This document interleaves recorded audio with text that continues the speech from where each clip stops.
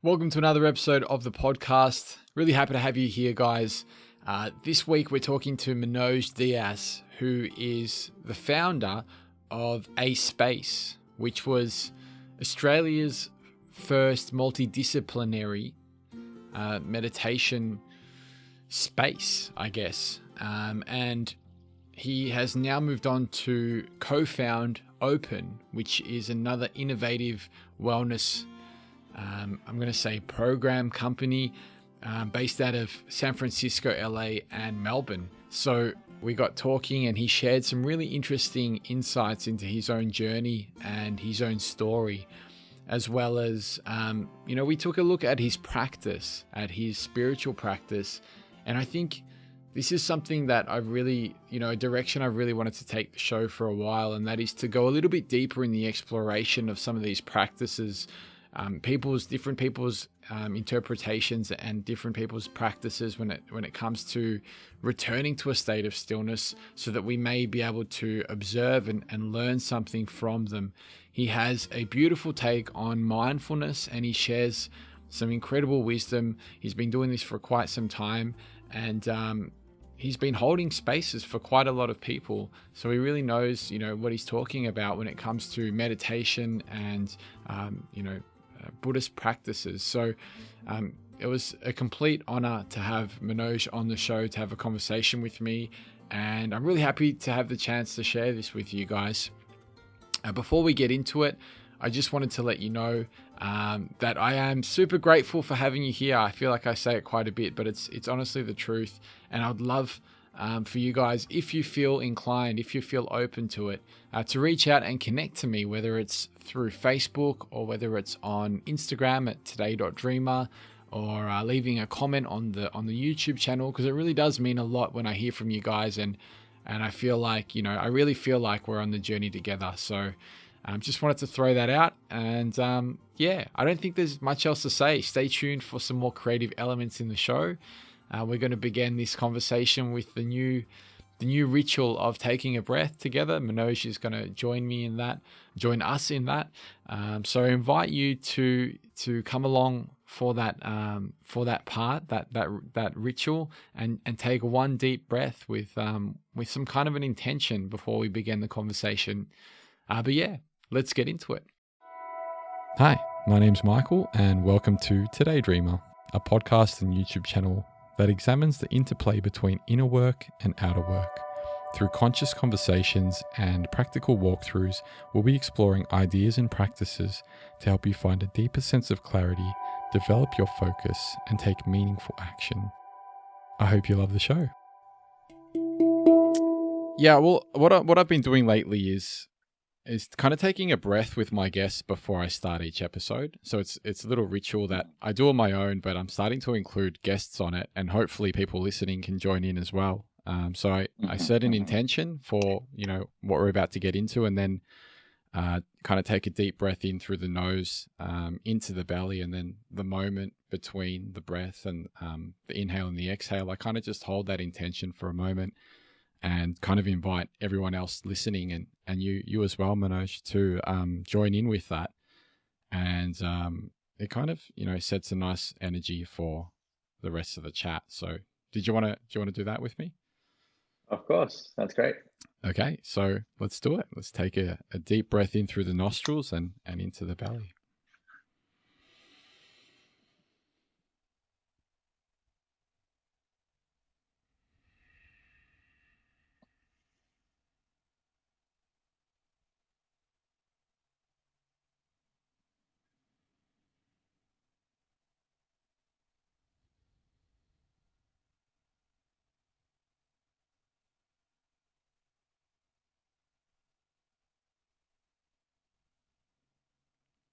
That was a very, very deep breath there, Manoj.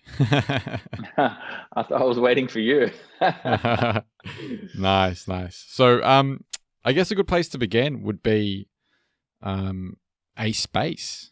That sounds like a really cool endeavor, and I had a quick look into it, and you were saying in one of your chats that it was Australia's first drop-in meditation center, which is kind of crazy. I thought I thought that might have been around a lot earlier here, but apparently not. So would you be able to maybe tell me a bit about what's happening with you in your life, A Space, and what you're up to? Yeah, sure. So Espace is kind of morphed these days from its humble beginnings. It's now known as Open. It was acquired by two friends of mine who I now joined as a co-founder of the new organization called Open. But in 2015, me and another friend, Josh Lynch, actually had this wild idea to make meditation cool. I think that was like our starting point. We were pretty young and naive, but it really started from this exploration that I had, where I went through a lot of health issues in my early 20s, and it was just by a chance circumstance that I found myself, in a Buddhist meditation studio, and I met my teacher, and my healing really began. And a lot of the lessons that I learned with him, I was constantly reflecting on how much some of my other friends could benefit from it. These ideas of being in the body, this idea of being present, this notion of cultivating compassion and resting and community. Like, I was just reflecting on how much of my friends who are also still in the corporate world could really benefit from some of that. But every time I mentioned come with me to meditation, or let's go do yoga, they would just roll their eyes, and they just thought it was something pretty hippie and weird. And probably 10, 12 years ago, for many people, maybe it was like that. And so that idea was kind of floating around in my mind for a little while. It's like, how can I make my friends come to this sort of stuff, you know? And so, by a strange set of circumstances, one day, it was the Entrepreneurs Organization, which is a membership organization here in Melbourne. It's a global organization which has chapters all around the world, which essentially is just full of entrepreneurs. A friend of mine was in that group, and he invited me to come and just speak about my journey of being really high up in the marketing and advertising world, and then all of a sudden, I'm a meditation teacher. I really share that story, and I shared my story. And at the end of that talk, I had about 10 companies that wanted to work with me, that wanted me to come and train their staff, and teach them meditation and mindfulness. And that idea that I had for a little while kind of took off from there. And as I was kind of starting off on this journey of being like a pseudo entrepreneur, I met my friend Josh, and together we really started to hash out what this could look like. And A Space was born. And it initially was just pop-up meditation classes and workshops all around Melbourne. And then it really started to take off for us when bigger brands like Google and Slack wanted to work with us. And then eventually we were invited to New York to teach and to practice over there and share over there. And in I think it was 2016 or 2017, we opened up a studio. And this studio was essentially just slapped together. We both took out two credit cards, we maxed them out very quickly, borrowed money from our parents, and we opened up this little studio in the back of a psychology practice. And it was Australia's first multidisciplinary meditation studio. And what that really means is that there was a lot of meditation studios that were rooted in Buddhist meditation practices, or actually it was primarily Buddhist meditation studios that we came across. Yoga studios had a 15-minute class here and there, but there wasn't anything that brought all these different practices like sound meditation, sleep meditation, pranayama, Buddhist meditation, mindfulness. Like no one really had it all together like we did at that time. So we launched that, and it was a wild ride. It was a wild ride for like 4 or 5 years, and went through tremendous highs, tremendous lows. So many lessons learned from being a meditation teacher and being a CEO at the same time. But in 2020, in the middle of a global pandemic, my partner, Josh, had decided to leave probably about a year and a half ago. And though in the middle of a global pandemic, it was time to evolve and to grow. And Open is the new name. Awesome. That sounds like a hell of a ride so far, and I guess it's It's only beginning in a lot of respects, and it sounds like there's exciting times ahead. So, could you tell me a little bit more about maybe the catalyst for the decision to go down the path, the spiritual path? Because it sounds like originally you weren't really on that trajectory. Yeah, no, I wasn't. I wasn't really. Like, I was raised in a Buddhist household. I grew up in Sri Lanka for the first few years of my life. So I was exposed to Buddhism from a very, very young age. And, for all intents and purposes, was a practicing Buddhist. And in Sri Lanka, a practicing Buddhist really doesn't involve meditation. It's more revolving around ethics Mm. and intent and how we conduct ourselves and generosity, those sorts of things. But growing up in Australia was a very different experience for me. It was very removed from my culture, and yeah, really, really was disconnected from the Buddhist path. Uh, when I met my teacher, in my mid-20s, again, very randomly, not even expecting to be at a meditation studio, I thought it was a yoga class. I met my teacher, and having practiced with him the first few times, there was something very different that was occurring within me. And if I look back on it now, it was this feeling of really being in my body. And it felt like prior to that, I'd spent a lot of time out of my body in my head. I was thinking a lot. I was very anxious. I had insomnia. I had an eating disorder. I was navigating different addictions. And here I was doing these practices, and all of a sudden I was feeling the pain and the suffering in my body that I was avoiding for so much of my life.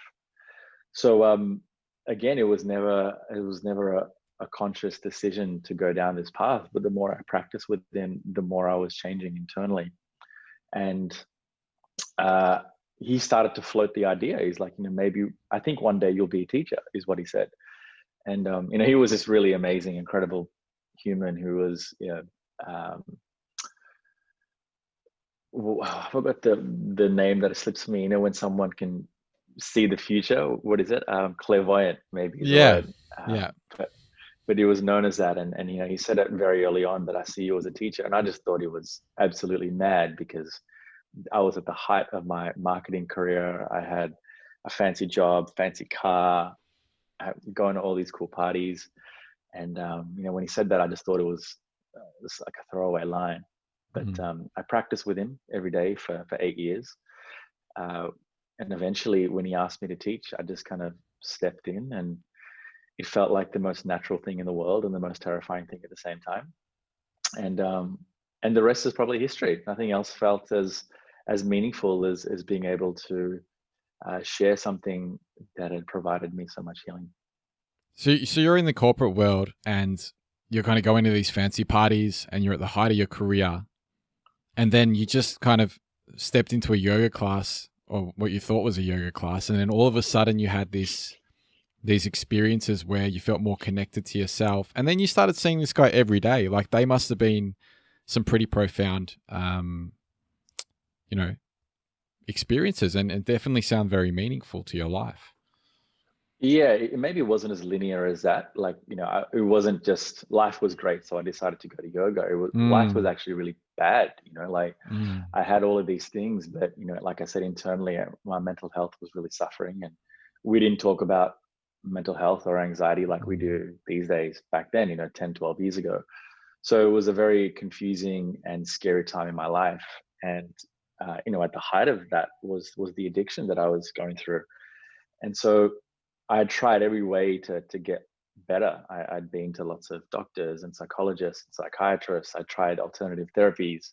I tried hypnosis. I did like literally everything I could find. I threw my money out to get well, and nothing was really changing mm. what I was going through. And it wasn't until I randomly, like a friend of mine suggested I go to yoga, and then he took me to this class, and it was meditation, that my teacher was actually telling me that it was all in my mind. Like, it began and it ended with the mind. And that's when I began to change that's when I began to understand my mind and notice the causes of suffering, notice the conditions that I was living under, and notice how I was causing a lot of this pain, and a lot of this suffering in my own life. Mm. Do you still stay in touch with him? Are you guys still connected? Yeah, we are absolutely. A little less disconnected now that we're in quarantine all over the world. But yeah, he'll always be a big part of my life. He's a very Mm, special man. that's beautiful. So, what kind of practices are you doing at the moment in your kind of day to day life? Are there certain rituals that you take part in, or are they? Um, is it a bit of a mix, or can you tell me, or maybe share some insight into, what you're up to and how you kind of maintain your practice in that sense? Yeah, yeah. For over a decade longer, it's been Buddhist practices of mindfulness or shamatha practice, Mm. open awareness practice, heart practices like loving kindness, compassion, just Vipassana style meditation practices.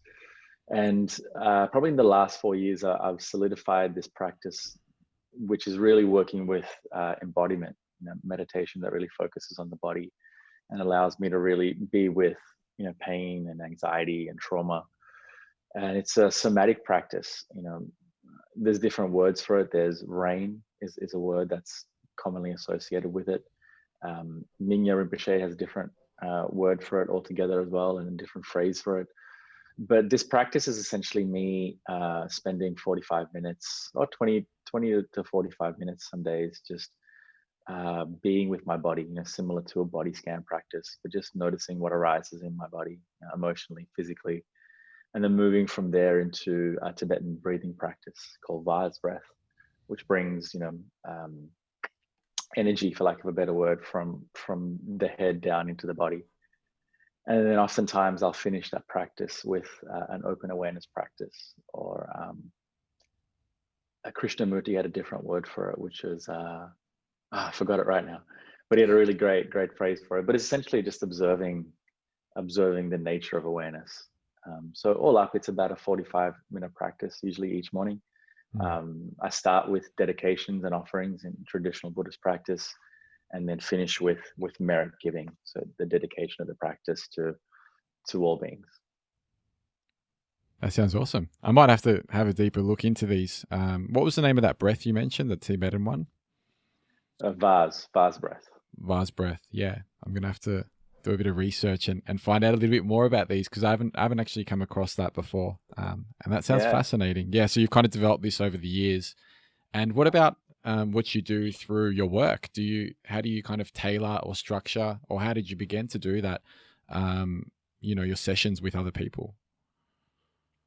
Yeah, so this is probably where, like, my understanding of philosophy and Buddhist practice really intersected with science and psychology.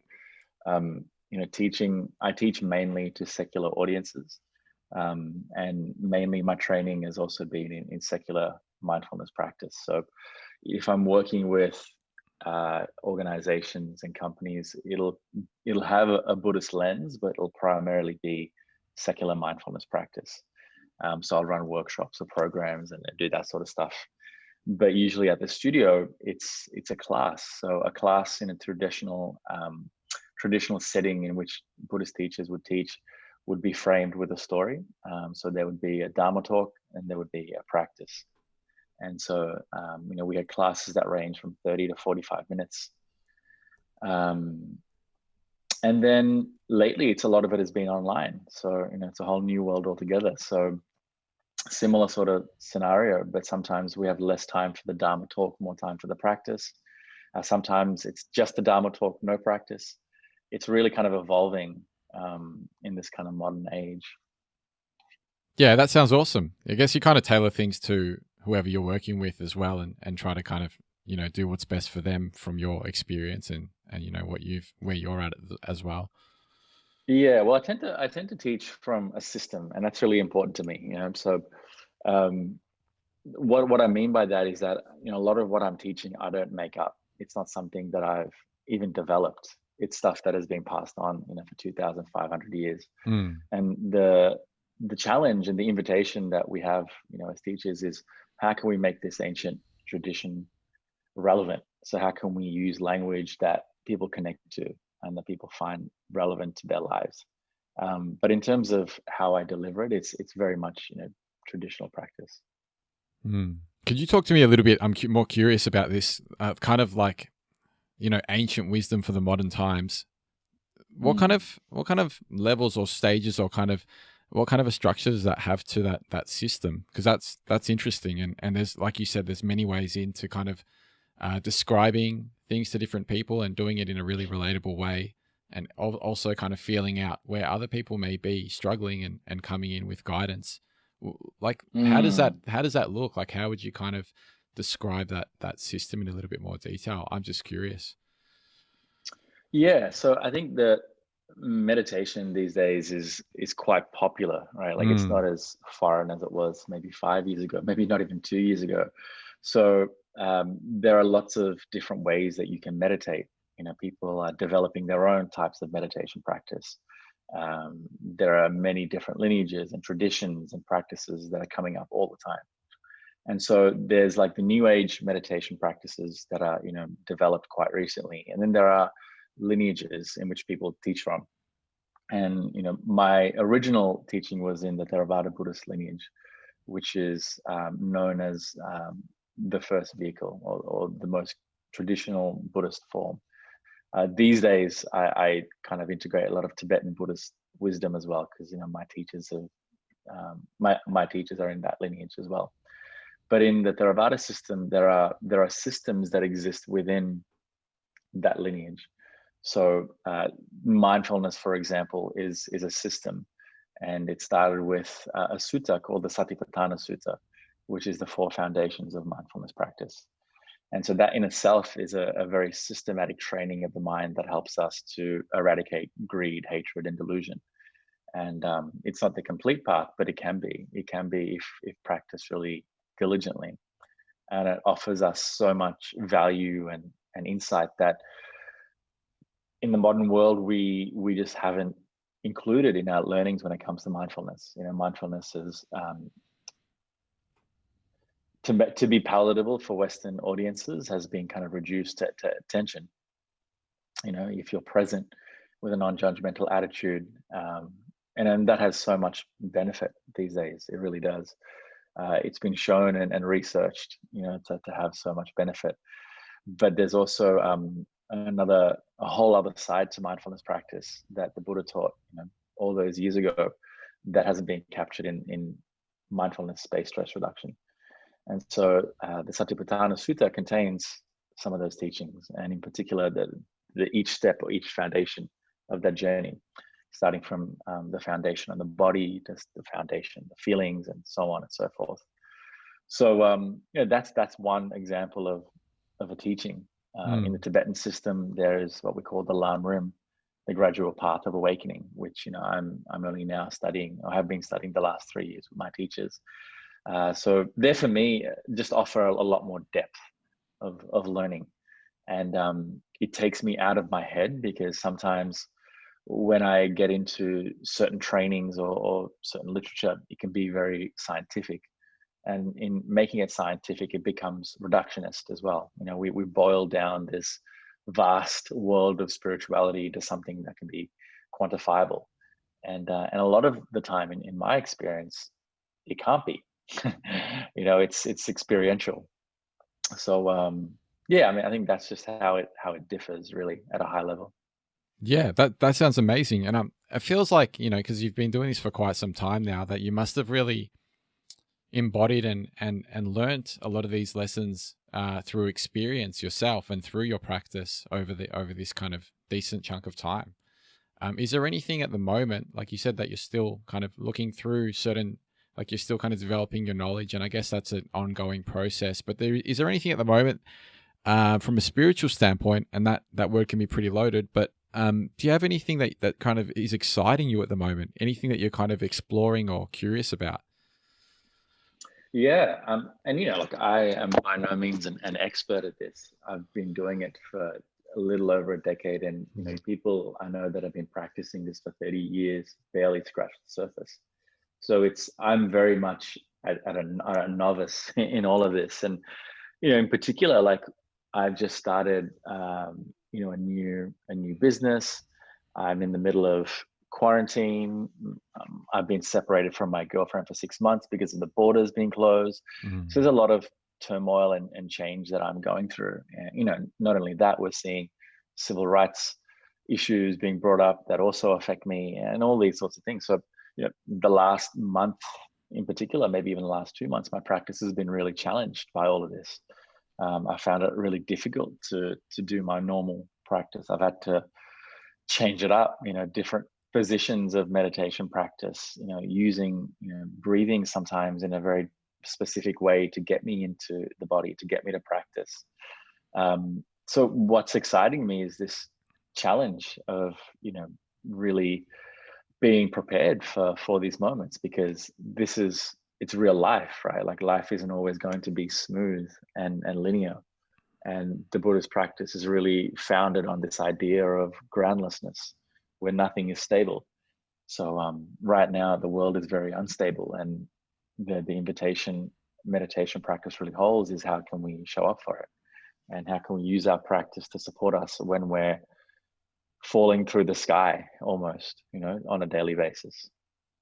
Yeah, I can definitely feel that, man. I can definitely feel that, what you're kind of sending out there. What comes to me is, yeah, this is kind of idea of equanimity, and using that chaos as an opportunity, really, like an opportunity to kind of reflect, and an opportunity to further your practice, and put into practice some of the things that you may have been working on, but more in a kind of closed off environment.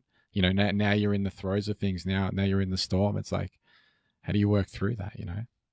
Yeah, yeah. And, it's one of those weird things where, you don't hope to experience some of these things, but inevitably life throws them at you. Life throws suffering at you. So it is a fertile time to practice. Absolutely. Mm. Mm. And you were like moving to the States kind of a bit earlier this year in the midst of all of this, and it hit, right? Not to mention all these things that you've already kind of Mm. highlighted with your partner, and with life in general. But how's it been from like a Mm. business perspective, and you and your entrepreneurial kind of journey, kind of for this to strike? Has that been a bit of a challenge? Oh, I mean, I think it's just life. I'm not mad at anything, and I'm not disappointed. Like, life is just making things complicated. So that's all it really is. And there was a time that I'd get really anxious about it, because I've been trying to be in the US now for about 6 months, Mm. and my visa appointment keeps on getting delayed or it's cancelled, and these little things that you can't really control, Mm. because the world is going through a pandemic at the moment. So I think it's, again, just kind of adjusting as best as you can to what life is throwing at you, and trying as best as you can. And I have my days where I just don't get up out of bed, and I'm happy if I just have a shower that day, and life is also showing me that that's okay as well, that Mm. we're allowed to be completely human in this experience. We don't have to transcend it. We can embody it. We can embody our pain. Definitely, definitely. There seems to be this kind of, or for me personally, like this balance between, um, pushing myself to kind of, I don't know, kind of embody the experience, and to rise to the occasion of my life in a way, but also, allowing or accepting, other parts of me, that day when you do want to just stay in bed and just, Mm, not kind of putting yourself down for that, and just kind of allowing that as part of the experience, and noticing, yeah. what's going on in that kind of that interplay. You know what I mean? Mm, yeah, you have to listen to your body. You really. I think we sometimes are victim to popular culture, and popular culture is predicated on productivity, on achievement, on performance, and even that system is feeling like it's being dismantled. And this idea of resting and nurturing and caring feels more feels more pertinent now than ever before. I think the best thing I can do some days is just lie up on the couch and have a cup of tea, and I would feel so guilty for that. I really would. Like, often I'm like, oh, I should be doing this, should be doing that. Mm. But then when I listen to my body, I'm like, no, it needs this. And I reconcile that with the fact that there are millions of people around the world that are dying. and mental health of even more people being affected right now. So why is it that I need to live in a way that completely ignores that fact? Yeah, definitely, definitely. What's coming to me now is not only what you just mentioned, but also part of what you're talking about with everything dissolving in a way. Well, the old kind of system or the old way of doing things seems like it's not really working. It seems like it hasn't been working for a while, but this has been an opportunity for people to recognize that, um, Mm. because things are changing in a more, I guess, evident fashion. So, what kind of things have helped you through this besides your practice? Has there been anything else besides kind of embodying your feeling and working through your practice? Yeah, I think friendship has been really really helpful in this time, and in particular, in 2000 and I think late 2018, early 2019, I co-founded Everyman Australia, which is a byproduct of Everyman in the US, which is a men's emotional intelligence movement, which essentially helps men kind of come together, be vulnerable with each other, and in the process really help each other navigate what's going on in their lives. And especially during COVID, we would have our Monday night meetings, which we would normally have in person. We would have them over Zoom, and they were just such sources of comfort because we could just express ourselves and be with what is in our body and share vulnerably, and have men really hold space for that. So I found that to be incredibly helpful and incredibly supportive in this time. I found just exercise and movement, to be incredibly useful as well. Just getting out even to the park for a quick walk, spending time just walking around, and then just letting go. Like I think letting go was a big lesson. Letting go of this idea of having to be someone or having to do something at a certain time, and just being open to what is. And it's tremendously challenging, like I said, because so many of us have been complicit in these systems that you were mentioning before. And even now, like when with work starting to kind of go back slowly, and then quarantine again, same sort of things happening. So there's a tremendous attachment that I had, and I'm sure many of us have, to the old way of being. So the question that I'm constantly living with is, where can I let go? Mm. Where can I let go? Mm. What's coming up for you at the moment? It's self-care. I think it is the big one. My business is predominantly based in California, so that means plenty of early morning wake ups, and the other founders are over there, so they've been waiting all day to have a meeting with me. So Mondays are, or Tuesdays actually, which is their Mondays, is usually 6 hours of back-to-back meetings, and it's tremendously draining. Mm. So the question I'm constantly asking is, how can I look after myself even here? I love what I do, and I also love my body and my health. So it's always this little dance of, where can I look after myself? What does self-care look like? Mm. There's something I want to ask you about, and Mhm. I'm very curious. So you're writing a book, am I right? Yes. Could you tell me a little bit about the book that you're writing? Because I haven't been able to find any information about it, and it seems like there's quite an interesting title to it. So I kind of wanted to dig a little bit deeper with you in person. Yeah. Well, the manuscript is due in about 24 hours, so I'm working to a deadline. But the book is called Still Together, Hmm. and it started off pre-COVID as really an exploration of connection, and how meditation and spiritual practices can really help us feel more connected to our lives. And when I talk about lives, I talk about all the aspects of our lives, including our relationship to each other, our connection to each other, our connection to our bodies, our connection to the present moment. And it really looks at the ways that we are disconnected in our life, whether it's through technology or whether it's to our thinking. There's so many ways that we tend to feel less connected from it. And when I started this book, I was writing it before COVID actually, and it was a pretty straightforward meditation and mindfulness book exploring specific themes. And then as I was writing and COVID started to hit, I'm writing a book about connection when the whole world is disconnected from each other. It started to take a very different shape and a very different form. It started to look at things like emotional wounding and like touched on trauma of being so disconnected. It looked at the appropriation of mindfulness and meditation practice. And then my final chapter, I started to write more about the civil rights movement and this sense of othering that keeps us disconnected. That the separation we see when we look at a person of color. So it took a very different shape and form, and ultimately it's just a call to action to see each other and each other's humanity, and to reimagine a new world in which we tend to ourselves, we tend to each other, and this idea of collective care being something that can move us forward as a people.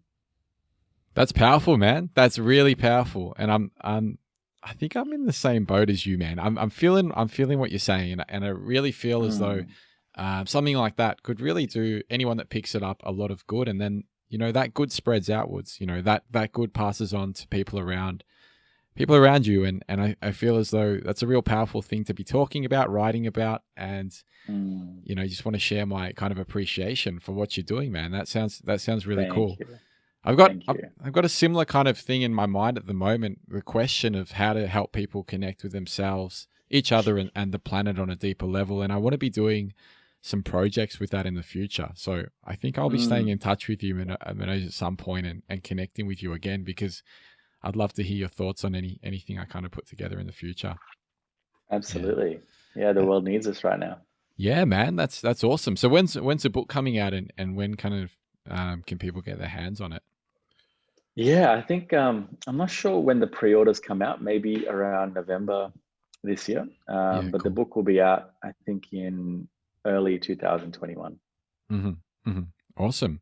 And what are you doing at the moment besides? Am I right to think that you're taking on kind of you're a mentor as well as what your work with Open and the book? So you've got a few balls in the air at the moment. Yeah, I've stopped my mentoring for a little while. I really just don't have the time to dedicate to that, but it's something that I really enjoy. Right now, it's working on Open. We're at pre-launch stage at the moment. Building a team to support that, finishing off the book. I have a few writing commissions that I'm navigating, and outside of that, just trying to stay sane inside these four walls. Yeah. You still got to live it at the same time, and experience Right. everything you're going through and process all of that. And you're a father as well. So, I mean, you've got I am. the whole aspects, that kind of whole aspect as well going on.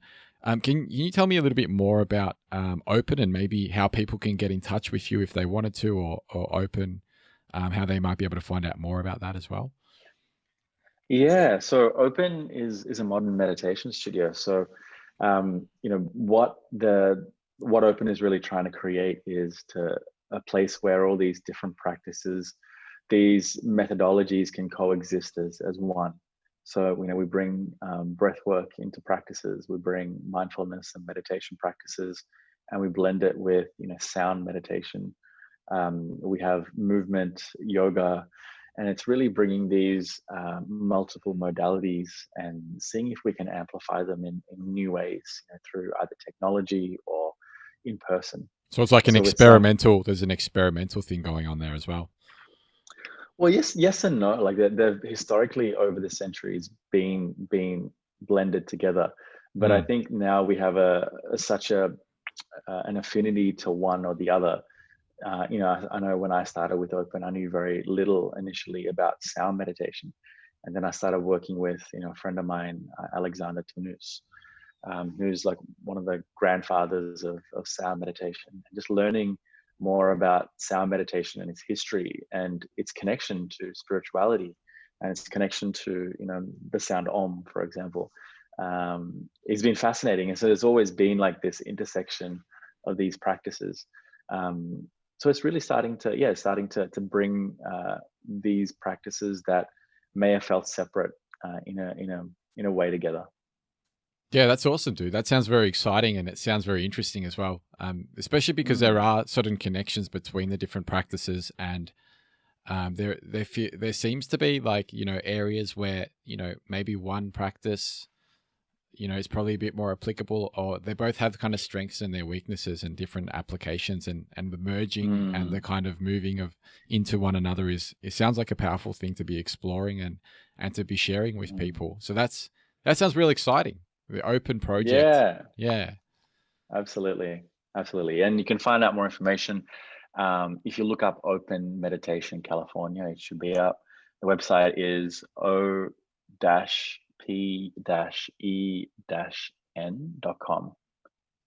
Sweet, man. That sounds cool. So, yeah, I don't really know where to go from here. I feel like that this has been good.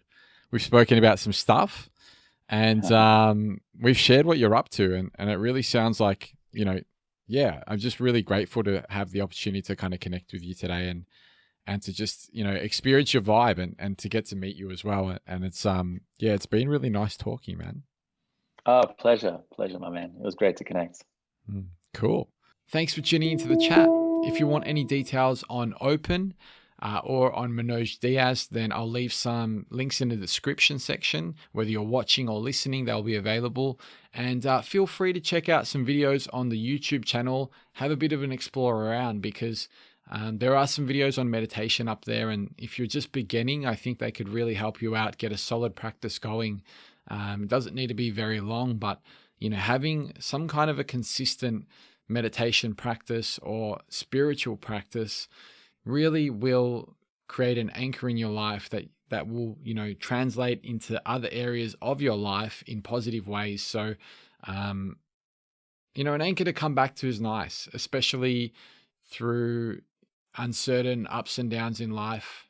Somewhere to kind of hold you, and to something you can go back to, a place of stillness that you can return to, that is there no matter what happens, is a beautiful thing. So I definitely encourage you to check out those videos, and I will catch you in the next episode. Stay tuned. They're coming out weekly now, and yeah, good stuff on the horizon. Thank you.